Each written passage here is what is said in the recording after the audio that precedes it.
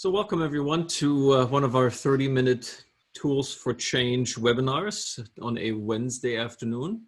Today we're looking at what an eclectic or integrative collaborative change practice might look like.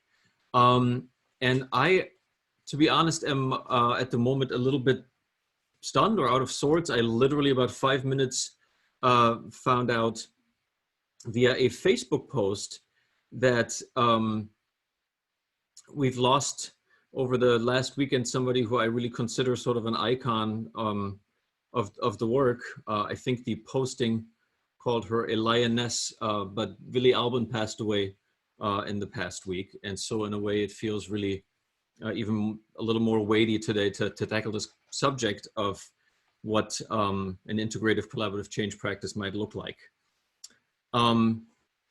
When I talk to family who aren't really familiar with sort of the work that we're engaging in at Nexus for Change, and specifically the Collaborative Change Library and the many approaches that we are looking to leverage therein, I often use this metaphor of a good therapist. And when I go to my therapy sessions, I hope that my therapist is not interested so much in sharing with me necessarily the theoretical frameworks and whether she's asking me a certain question based on conviction that she might hold that Freud was right and I have some issues with my dad, or whether she's using a cognitive behavioral approach to help me to get to my best self. And so I think just like a good therapist will match her approach to a patient's needs and will draw from Piaget and Jung and Erickson and so forth, I believe that a good collaborative change agent will likely engage a team or an organization or community from more than just one single approach or methodology. Now, admittedly, the field of collaborative change is still younger than psychology, and I think there's probably quite a bit of debate to be had as to what we might consider a foundational approach, particularly since many of the elements of the work are rooted in organization development, for example, or industrial psychology, and other approaches that you might think of as related disciplines. And so there's a whole other layer of what experts in those respective fields would consider foundational approaches. Nonetheless, I have sort of made an attempt here to list some that I believe are meaningful and important.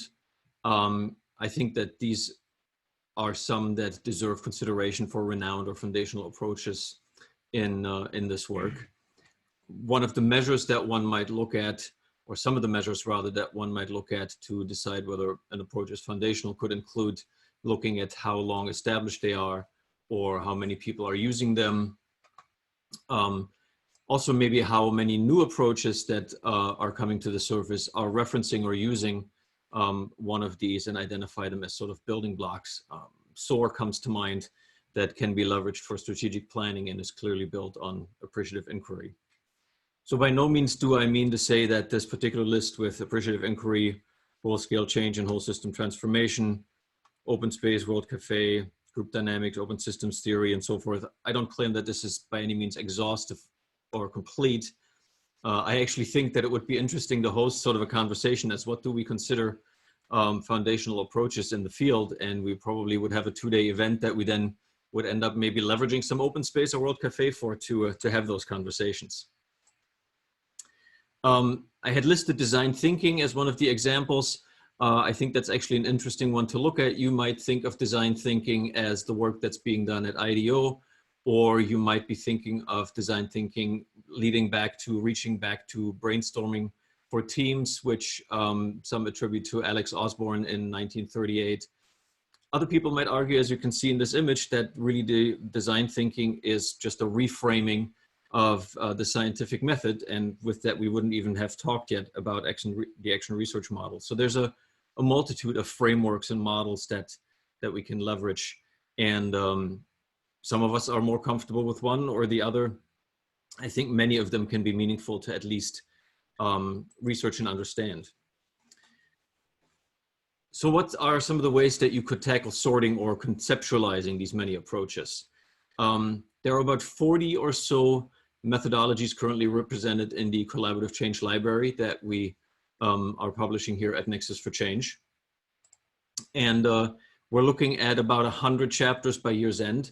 And in order to help our users and our readers to wrestle with these many approaches, one of the ways that we've looked to categorize, if you will, is to look at the core modalities, respectively, of that approach. How do you engage your participants in that approach? What are they maybe focused on accomplishing?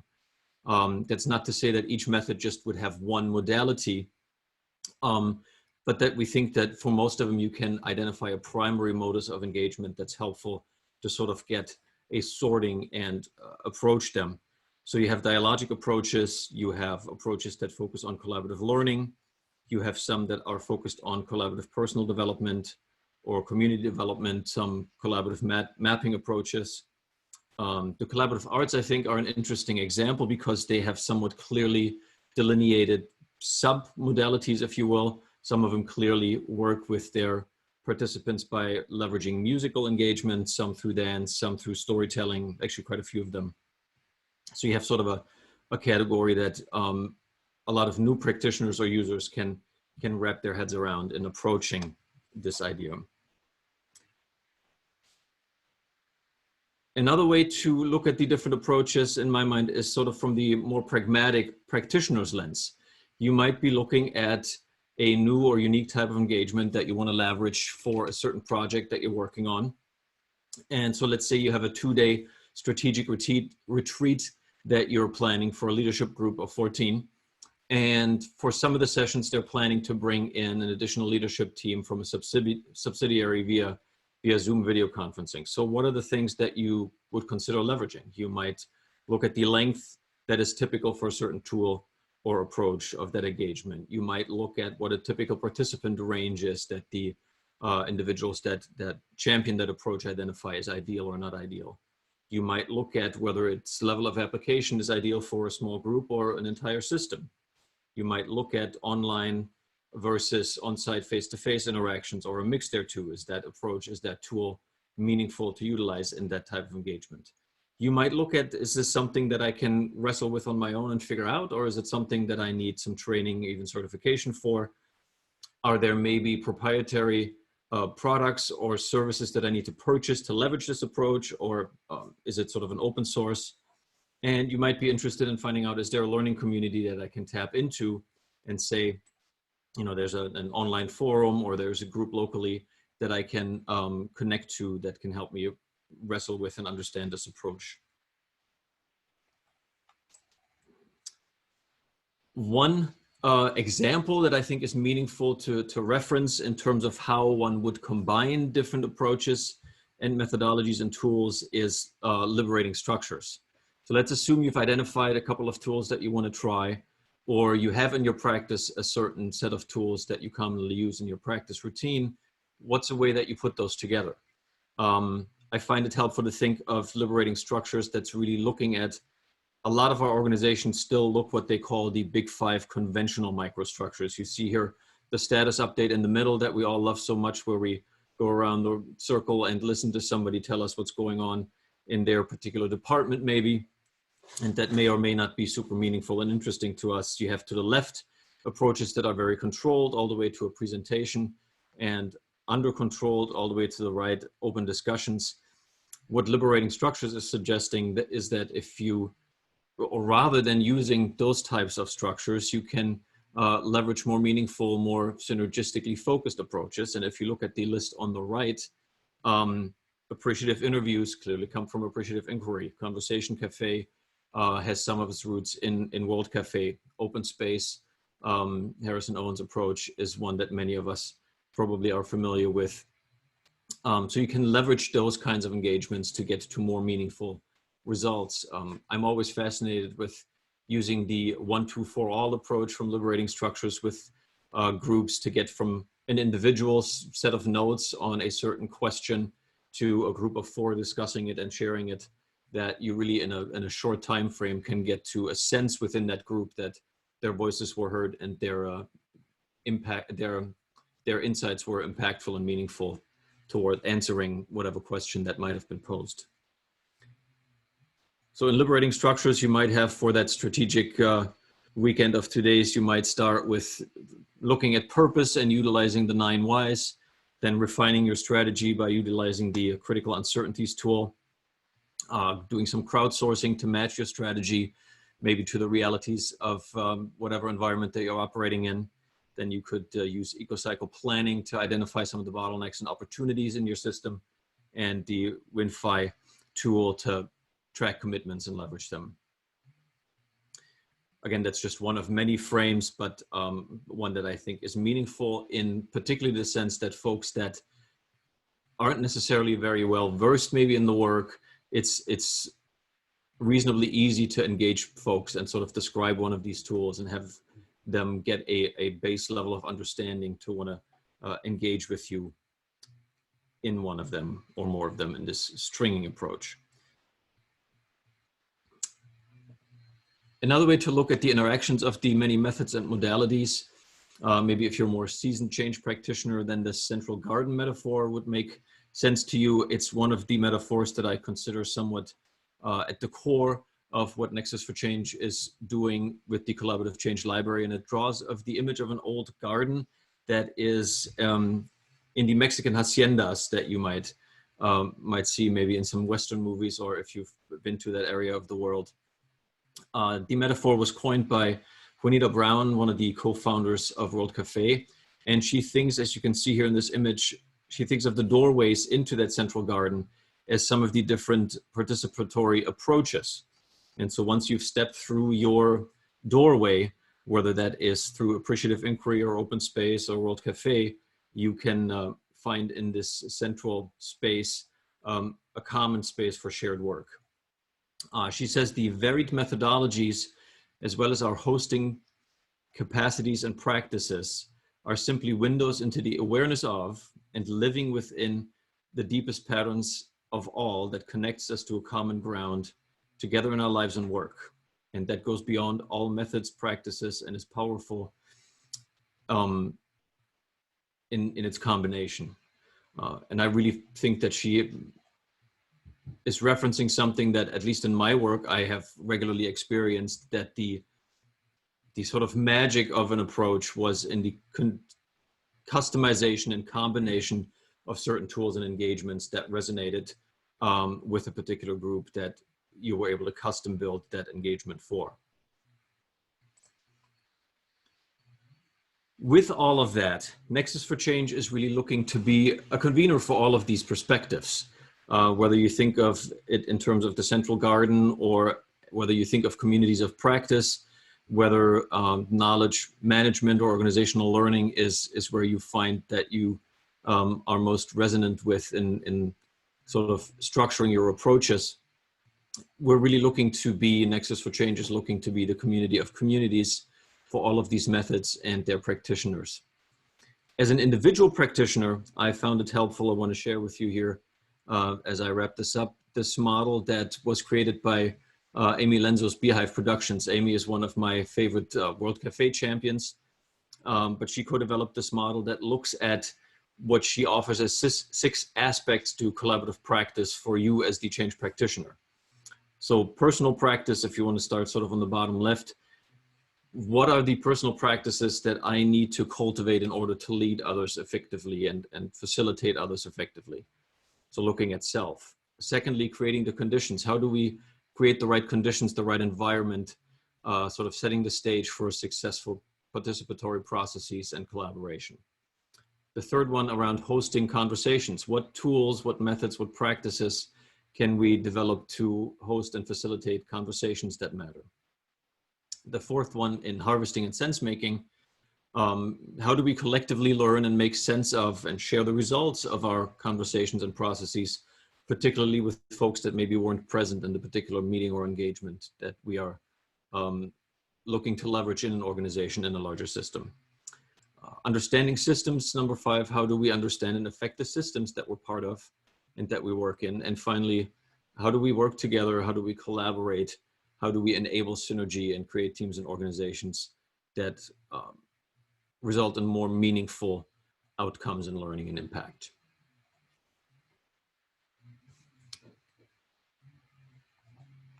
With that, I am curious to know, what are your reactions, your questions, your comments? Do you have a specific approach or perspective in how you change your integrative change practice? Do you have a certain system in place that you draw different tools and methodologies from. If you want to go ahead and unmute yourself, if you want to comment or pose a question or put it into the chat, please. Sure, I always got something to say. Hi, Roland. So, hi. So I have a new core modality for you. Country development and transformation. Okay. I will be meeting with SKR of the Philippines this Saturday. SKR is the founder of American Express and chairman of the board of American Express in Europe. And he was with American Express in the US, and he's the leading change person, 92 years old, in the Philippines. And we're working with the University of Chicago, and we're going to transform and develop 250 communities in the Philippines. That's the vision. Let's hope, who knows if it's going to happen or not, but we're going to start. Amen. That's fascinating. Thank you. Yeah. Bruce shared in the chat that I have an integrative approach, strategic action, or the impact kit. A key feature is simplicity, just 3 things. That certainly resonates with me, and I think simple is very hard. Yes, it is. I started with the grand model of 27 different things that you have to do. And people yawned when I got that one down to 9. And then I got it down to 5. And now I'm just saying it has to be 3. What are they? And of course, you know, there's always compromises when you get it down to 3, as there is when you have 27. So yeah, I'm stuck at 3 because I find people can actually remember 3. Yeah, 3 is great. I find 3 is perfect. 5 is a real stretch. If you absolutely have to, 7 can sometimes be manageable, but tends to not work. Are there 3 consistently, or do you choose different 3 out of the original 29?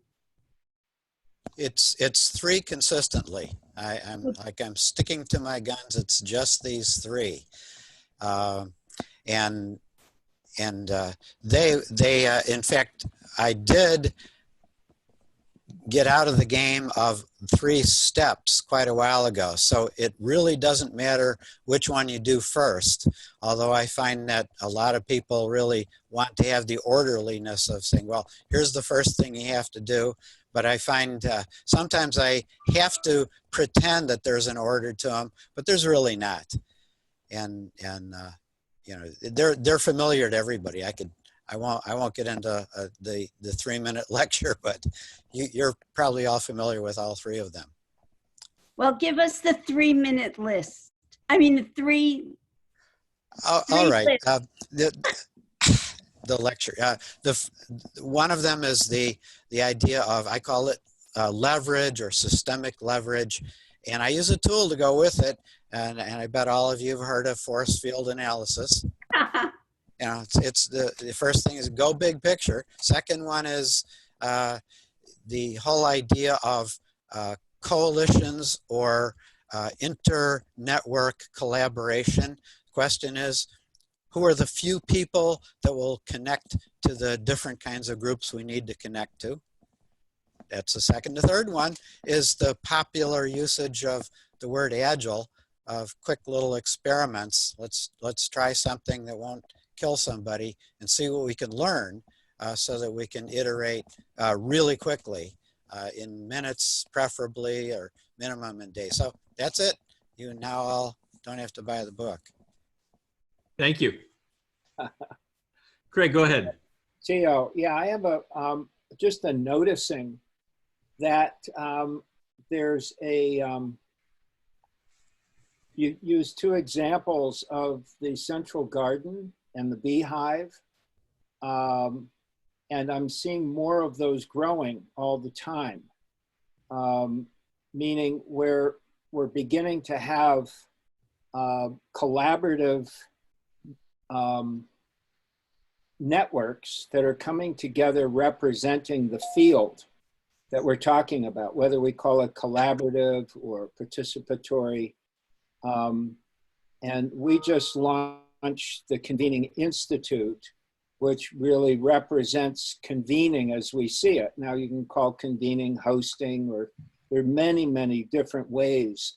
So I'm just noticing that, and your focus today on Beehive and Central Garden really brought that up for me. Thank you. Yeah, the intention wasn't necessarily to focus on those, but to share them as examples of what I think of is one metaphor or one representation of us wrestling with these many rich approaches to do some of the same things differently. And what I found is that depending on, in a consulting engagement, depending on the client, something will resonate and something else will not.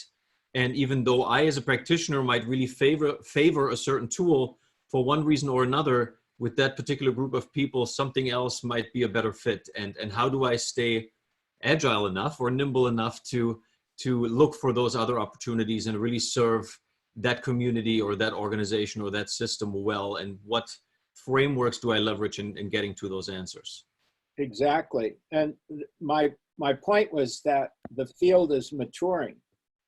Right. And yes, very much so. And I see that the collaborative library is really an indication of that, because it's gone beyond the change handbook, which was kind of in the genesis story of all of this. It really, now you've really taken it to a whole new level. And I notice, we have more and more consultants that are offering a broader range. What do you have, 300 chapters that have been submitted? Maybe I'm wrong, but. We're looking at about 100, 115 or so by year's end, but we have probably another 75 on top of that are in various production stages. So maybe 200 is where we're currently at and seeing the potential for. That's great. What Craig just said is exactly what attracted me to join this today. And that is, I really believe there's sort of a revolution going on. And the revolution is that I would bet that everybody on this screen is practicing fundamentally the same kinds of things. And we have different names for it and different twists, and we start in different ways. But I think there's a leadership kind of a shift that we're all part of. And as you had this session today, it just grabbed me. I said, yeah, that's what I'm trying to do too. I'm so glad you're here. Thank you. Hello, everyone. Hi. So I'm brand new. I don't know how often you have met. Hello, Roland. So can you hear me all right? Yes, we can hear you fine. So I am inside a corporation, and I'm very intrigued by the comments, particularly yours, Craig, about the maturity of the practice and how you have seen like that evolution. Because what I have found is that we almost have to keep OD undercover and under wraps. And then what we have had to do is to somehow conciliate ourselves with change management practices and those methodologies that are more programmatic in perspective, and then it's like we have to embed them, quietly through OD practices to be able to drive change. That has been my experience, and of course, I'm not an external consultant like all of you. I'm internally embedded in an organization, so I don't know what thoughts do you have about that. Or how do we move from that without dismissing what is comfortable for the organization? Because the reality is that organizations love those steps, to your point, Bruce, right? They love steps, they love certainty. So that's my question to all of you here. This is Debra, and I feel like I'm kind of in the two spaces all at once. I recently became an external contractor, but I also am now working sort of as a contractor with my former organization, Roche Genentech. So I'm very aware of the internal world and what that's like, but also working as an external with them still. So I feel I spread the space. And I see what you're saying is we would never talk about OD per se, although we have OD people in the organization.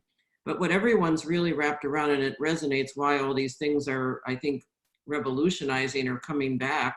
All the stuff I did, 30 years ago, showing my age, is the idea that we're into what they're calling now is transformational space. It's really transforming, and this agility word is exploding, and it has different meanings for different people. A lot of people get really caught up in agile methodology, but we're really talking about agile being and agile leadership because it means a different way of being.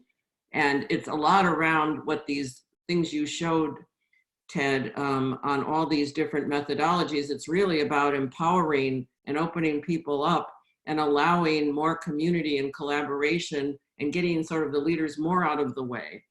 And so this is what's happening in the organization I'm working with. They're trying really hard to flatten the hierarchies, get leaders out of the way, empowering teams to do what they do best, and doing this through all these methodologies that you're showing, Ted, in the garden. So anyway, there's quite a bit of transformation happening because of the world we live in now, and the ambiguity and the change is dramatic, and we have to do things quickly and without a lot of structure and certainty. So that's what I'm observing. Yeah, Gisele, what resonated with me when you shared that insight about, sort of doing things undercover, that's sort of where I came from with that initial metaphor in my mind of a good therapist who's not going to sit me down and offer whether or not she's asking a question because of some Freudian practice or cognitive behavioral approach, but that really what works for the organization. What do you bring as a practitioner to move that organization, move that client, move that community along? I had the pleasure of being part of a webinar with Warner Burke about a month ago or so, and he shared that one of the biggest learnings of his practice really was in a way to say that when you're talking to your client about the steps and phases of OD practice, sort of their eyes glaze over and they want to know what are the results going to be. Mm-hmm. And so similarly, I think that's really what can help inform us and can help drive us in what are the best approaches to get to the results that this system needs, or in what Roland shared, what this country needs. Mm-hmm. And so we certainly have some big targets there to consider. And I want to honor you guys' time. We're at the half-hour mark. I appreciate you all being here. I will process the webinar recording and share it on our blog, and hope to see many of you again at a next week's session or one thereafter, and to hope to continue some of this rich conversation. I sort of feel now this should have been 45 minutes and not half an hour. So I'm grateful for you being here and hope to see you all soon. Thank you so much.